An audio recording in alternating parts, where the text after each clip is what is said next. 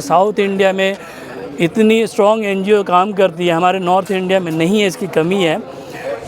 तो 2 सूरा फातिहा उनके लिए ज़रूर पढ़ेंगे कि कम से कम इस तरह के अपने तहज़ीब और तरीक़ा सिखाया है कि जो उनके बच्चे ये सारे फल फूल रहे हैं। समाज में अच्छा काम किया, उनको हम लोगों ने सम्मानित किया और कुछ लोग नहीं आए ब्लड डोनर से रिलेटेड। गांव से लेके कलकत्ता शहर में वो एक बड़े कंपनी में एम्प्लॉय थे, मुलाजिम थे। तो अगर कोई हिंदू यहाँ से चला जाता था कलकत्ता में तो उनका रहना, खाना पीना सब इंतज़ाम वो हमारे वालिद करते थे। मतलब किसी फ़िरके के लोग हों, इस तरह के परिवार का अनुसरण करना चाहिए, इस तरह की चीज़ों को सीखना चाहिए, देखना चाहिए, समझना चाहिए। में गरीब तबके के बच्चे बहुत लैग कर रहे हैं, 8-9 के बच्चे ड्रॉप आउट हो जाते हैं। आज का ये क्या प्रोग्राम रहा? बड़ा आज ढंग से हुआ। मरियम फाउंडेशन की तरफ से बड़िया में ये ईद मिलन प्रतिभा सम्मान समारोह रहा और यहाँ सिवान ज़िले के मैक्सिमम बुद्धिजीवी वर्ग के लोग थे, सारे पत्रकार बंधु थे, सारे समाज सेवी थे और बहुत लंबे वक्त से ये प्रोग्राम चल रहा है। सबको सम्मान दिया गया, ये अच्छी बात है। और इस तरह के सम्मान जो समाज में जिसका बहुमूल्य योगदान रहता है, चाहे वो पत्रकारिता की सेवा में हो, चाहे सामाजिक सेवा में हो, इस तरह का फाउंडेशन बढ़ चढ़ करके हिस्सा ले रहा है, ये बड़ी अच्छी बात है। और आपके माध्यम से हम ये मैसेज देना चाहते हैं कि इस तरह के समाज में आज की डेट में समाज में जो ताना बाना जोड़ करके जो हमारे साथी, हमारे लोग चाहे जिस फील्ड में काम करते हों, जोड़ कर रहते हों, इसके लिए बड़ा अच्छा मैसेज जाता है। और ये लगातार प्रोग्राम होते रहना चाहिए। राजेंद्र बाबू की धरती है और यहाँ से पूरे हिंदुस्तान में नहीं पूरे वर्ल्ड में मैसेज गया है। और कहीं न कहीं खाड़ी देशों में हमारे सीवान और गोपालगंज के बहुत सारे लोग हैं, इसलिए हम लोग ये भी चाहते हैं कि शांतिपूर्वक पूरी व्यवस्था हम लोग के लिए, जो हमारे लोग वहाँ यहाँ के लोग वहाँ हैं वो शांति से रहें, रोज़गार करें, उनको किसी तरह की कोई दुश्वारी नहीं। आपने परिवार का जिक्र किया कि इस तरह का परिवार बहुत कम ही देखने को मिलता है, एक घर में एक ही चूल्हा कई भाइयों का। देखिए, हम बहुत सारे पदों पर रहने के बाद से ख़ास करके मुस्लिम परिवार के लोगों से बड़ा मामला है मेरा, वह बोर्ड से रिलेटेड, मदरसा से रिलेटेड। उसके बाद भी बहुत कम देखने को मिलता है कि जब चीज़ें माँ बाप रहते हैं तब तो बाल बच्चे रहते हैं साथ में, माँ बाप नहीं रहने के बाद से हमको लगा कि इस परिवार में 50, 55, 60 प्लस भी लोग हैं। और इन्हीं के परिवार के एक बच्चे ने, आदिल ने, इन सारी बातों को बताया, जान करके बहुत खुशी हुई। इस तरह से किसी मज़हब, किसी फ़िरके के लोग हों, इस तरह के परिवार का अनुसरण करना चाहिए, इस तरह की चीज़ों को सीखना चाहिए, देखना चाहिए, समझना चाहिए और मिल कर के परिवार आज इस मुकाम पर है, इसका भी मैसेज जाना चाहिए। और ये परिवार समाज में जो लोग योगदान दे रहे हैं उन पर ये परिवार बढ़ चढ़ कर के हिस्सा ले रहा है मरियम फाउंडेशन की तरफ से, और अपने माँ को याद कर रहे हैं ये लोग, ये बड़ी अच्छी बात है। हम भी जाएंगे तो 2 सूरा फातिहा उनके लिए ज़रूर पढ़ेंगे कि कम से कम इस तरह के अपने तहज़ीब और तरीक़ा सिखाया है कि जो उनके बच्चे ये सारे फल फूल रहे हैं, ये बड़ी अच्छी। भाई के बारे में क्या कहेंगे? इस प्रोग्राम को सफल बनाने में काफ़ी योगदान रहा। रिजवान भाई हमारे पुराने साथी हैं, इसमें तो माननीय मंत्री अल्पसंख्यक कल्याण विभाग को भी आना था और पहले भी कई बार आ चुके हैं। इनके कहने पर एक बच्ची हमारे बगल में थी, उसका भी उसका भी बहुत रोल है, योगदान है समाज में। तो ये इस तरह के यहाँ से लेकर के पटना तक इस तरह के जो भी लोग हैं बड़ा जोड़ करके रखते हैं। हम लोगों को इस तरह से जोड़ने में परेशानियाँ होती हैं, लेकिन ये मैंने इनके हिम्मत को दाद देना पड़ेगा कि इस तरह सारी चीज़ों को सहते हुए, समझते हुए इस सब लोगों को जोड़ कर रखते हैं। हमारी दुआ है कि ये दिन दूनी रात दूनी चौगुनी तरक्की करें और समाज को जोड़ करके रखें, इसका एक अलग ही मैसेज है।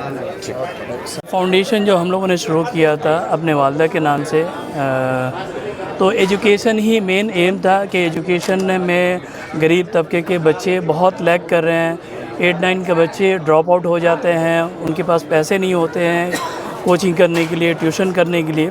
तो ये जहन वहीं से पनपा कि हम उनको ड्रॉप आउट बच्चों को पूरे बिहार, अभी तक बिहार अंजुमन एक हम उसके प्रेसिडेंट हम हैं, जिसके अंडर में 66 coaching centre all over Bihar में चलता है, और उसी को लेके हमने सीखा कि नहीं, एजुकेशन में बहुत काम करना है, बहुत काम, और एजुकेशन ही हमारे दिन को संवार सकता है, हमको आगे बढ़ा सकता है, देश को ताउन कर सकता है, देश को डेवलप कर सकता है, और एजुकेशन के बगैर हम कुछ नहीं हैं, और एजुकेशन ही देना मरियम फाउंडेशन का मेन मकसद है। शुरुआत कैसे हुआ, इसकी कितने साल पहले इसकी शुरुआत हुई थी? शुरुआत देखिए, बचपन में हमने जब वालिद के साथ बहुत कम अरसा गुजारा था, 10 साल की उम्र में हमारे वालिद की इंतकाल हो गई थी, लेकिन वो जो 10 साल था उनके साथ जो गुजारा था, देखा था मैंने कि उनके हाथ देने वाले होते थे। वो हिंदू मुस्लिम गांव से लेके कलकत्ता शहर में वो एक बड़े कंपनी में एम्प्लॉय थे, मुलाजिम थे। तो अगर कोई हिंदू यहाँ से चला जाता था कलकत्ता में, तो उनका रहना, खाना पीना सब इंतज़ाम वो हमारे वालिद करते थे। तो वो हमने वहाँ से सीखा है कि समाज के लिए कुछ करना, हाथ अगर उठा के रखेंगे तो हाथ देने वाले हाथ देना सिखाता है, और लेने वाले हाथ लेना सिखाता है। तो हम वहाँ से सीखे हैं। फिर उसके बाद से गल्फ़ में गए, तो गल्फ़ में बहुत सारे एनजीओ से जुड़े, जो कि साउथ इंडिया में इतनी स्ट्रॉन्ग एनजीओ काम करती है, हमारे नॉर्थ इंडिया में नहीं है, इसकी कमी है। तो ये सब सोच वहाँ से फिर पनपा। यहाँ पे जब 2016 में हमने भाइयों से मशवरा किया कि हम ऐसा प्रोग्राम करना चाहते हैं, ट्रस्ट बनाना चाहते हैं, तो सब ने लब्बैक कहा, सब ने हामी भरा, सब ने साथ दिया। हम लोग 6 भाई, हमारा ज़कात भी निकलता है, इंटरेस्ट का पैसा हम लोग उसमें देते हैं, ज़कात के पैसे भी उसमें देते हैं। तो ये सारे पैसे को जो हिंदुस्तान में हम बांट रहे थे, तो हुआ कि अपने इलाके के लिए क्यों नहीं काम किया जाए। और एक बहुत बड़ा मकसद है कि हम बिहार से जो इंटेलेक्चुअल लोग हैं माइग्रेट कर जा रहे हैं, तो माइग्रेशन एक मेरे दिल में बहुत बैठा हुआ है कि क्यों माइग्रेट कर रहे हैं। रीज़न है कि एजुकेशन नहीं है, इंफ्रास्ट्रक्चर नहीं है, और हम लोग माइग्रेट होते चले जा रहे हैं। तो यहाँ पे एजुकेशन बढ़ाना है। आप कॉमर्शियल स्कूल डालें, लेकिन स्कूल डालें, कोचिंग सेंटर डालें, कॉमर्शियल ही डालें, लेकिन कोचिंग सेंटर चलाएं। तो एजुकेशन के तहत जो काम आए वो काम करना चाहिए, हम सबको करना चाहिए, और इसमें हम लोग कर रहे हैं। मरियम फाउंडेशन के द्वारा कितने स्कूल, कॉलेज, कोचिंग का संचालन किया जा रहा है?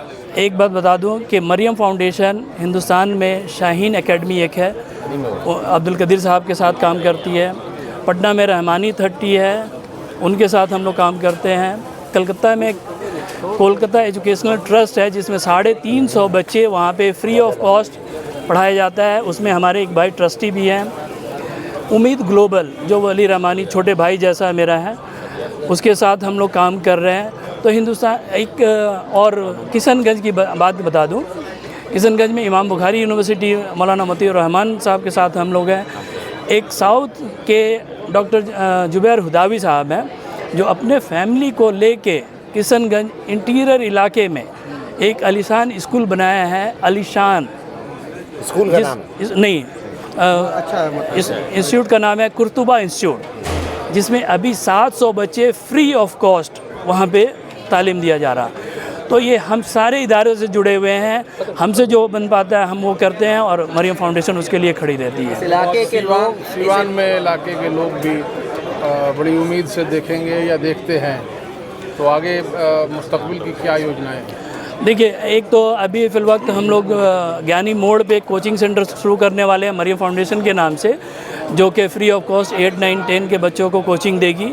उसका इंफ्रास्ट्रक्चर हम लोग रेडी करवाएंगे जल्दी इंशाल्लाह। सिवान डिस्ट्रिक्ट में 2 कोचिंग सेंटर बिहार अंजुमन के नाम से चलती है, वो हम लोग सपोर्ट करते हैं। एक बड़रिया में भी है और एक गोपालगंज में है।